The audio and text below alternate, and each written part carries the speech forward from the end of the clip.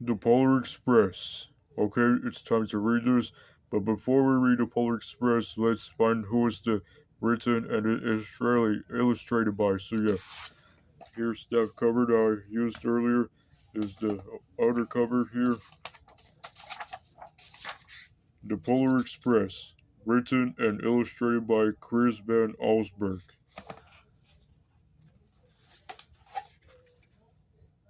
On Christmas Eve, many years ago, I lay quietly in my bed. I did not rustle the sheets. I breathed slowly and silently. I was listening for a sound a friend had told me I never hear. The ringing bells of Santa's sleigh. There is no Santa, my friend has insisted, but I knew he was wrong. Late that night, I did hear sounds, through not of ringing bells. From outside came the sounds of hissing steam and squeaking metal. I looked through my window and saw a train standing perfectly still in front of my house.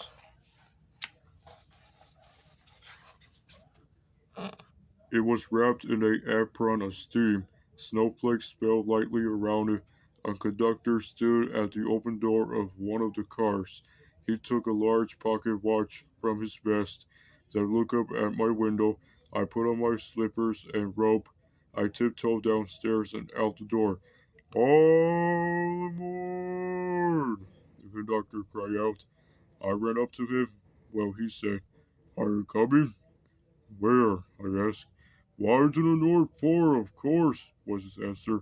This is the Polar Express. I took his outstretched hand and he pulled me aboard. The train was filled with other children, all in their pajamas and nightgowns. We sang Christmas carols and ate candies through nugget centers as white as snow. We drank hot cocoa as thick and rich as melted chocolate bars. Outside, the lights of towns and villages flicker in the distance as the Polar Express raced northward. Soon there were no more lights to be seen. We traveled through cold, dark forests where lean wolves roamed and white-tailed rabbits hid from our train as it thundered through the quiet wilderness. We climbed mountains so high it seemed as if we would scrape the moon, but the Polar Express never slowed down. Faster and faster we ran along, rolling over peaks and through valleys like a car on a roller coaster.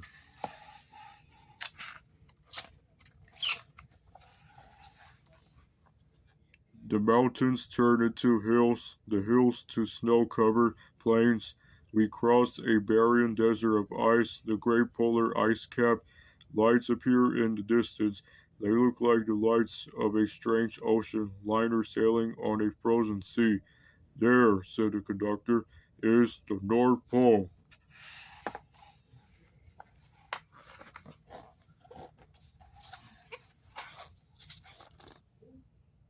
The North Pole, it was a huge city standing alone at the top of the world, filled with factories where every Christmas toy was made. At first, we saw no elves. They are gathering at the center of the city. The conductor told us, that is where Santa will give the first gift of Christmas. Who receives the first gift? We all asked. The conductor answered, he will choose one of you.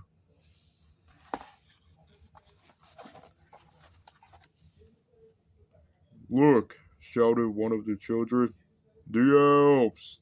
Outside we saw hundreds of elves. As our train drew closer to the center of the North Pole, we slowed to a crawl, so crowded were the streets with Santa's helpers. When the Polar Express could go no farther, we stopped, and the conductor led us outside.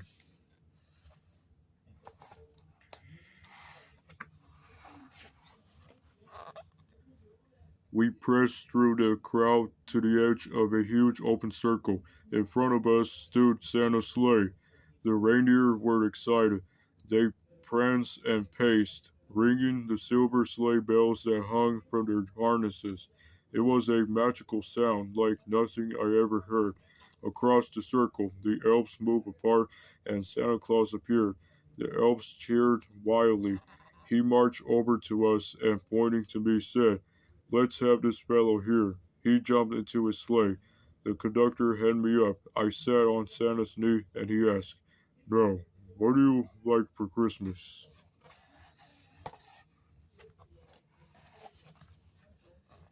I knew that I could have any gift I could imagine, but the thing I wanted most for Christmas was not inside Santa's giant bag. What I wanted more than anything was one silver bell from Santa's sleigh. When I asked, Santa smiled. Then he gave me a hug, and told an elf to cut a bell from a reindeer's harnesses. The elf tossed it up to Santa. He stood, holding the bell high above it, and called out, "The first gift of Christmas!"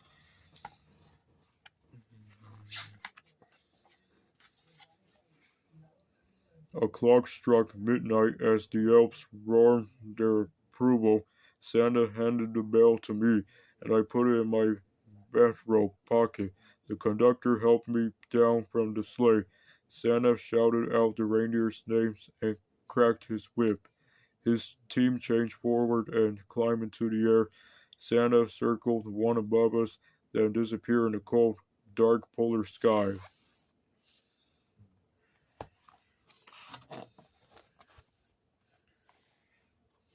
As soon as we were back inside the Polar Express, the other children asked to see the bell.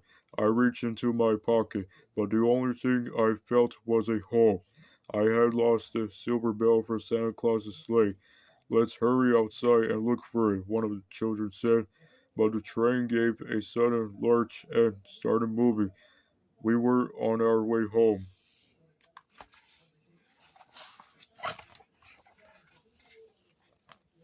It broke my heart to lose the bell. When the train reached my house, I sadly left the other children. I stood at my doorway and waved goodbye. The conductor said something from the moving train, but I wouldn't hear him. "What?" I yelled out. He cupped his hands around his mouth. "Merry Christmas!" he shouted. The Polar Express let out a loud blast from its whistle and sped away.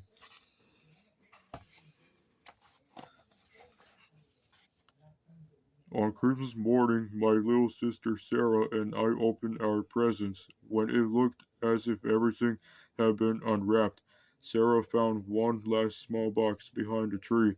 It had my name on it. Inside was the silver bell. There was a note. Found this on the seat of my sleigh. "Fix that hole in your pocket," signed Mr. C. I shook the bell. It made the most beautiful sound my sister and I had ever heard. But my mother said, "Oh, that's too bad." "Yes," said my father, "it's broken." When I shaken the bell, my parents had not heard a sound.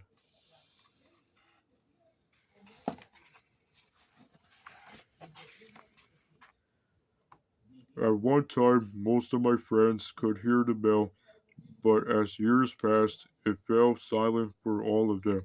Even Sarah found one Christmas that she could no longer hear its sweet sound. Through I grow old, the bell still rings for me as it does for all who truly believe.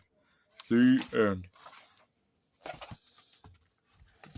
And here's the front picture of the bells, Santa's bells right here on the reindeers. So yeah. Alright, if you like this story, please like and subscribe to this channel for my other Christmas content that I had to do for the last uh let me see. What was that I was supposed to say? Let me see. For the last minute Christmas content. So yeah. Bye, see you in the next video for more Christmas content coming up. Peace out everyone, and let's have a Merry Christmas on December 25th and Christmas Eve on December 24th as we know it. So yes, and bye, see you in the next video.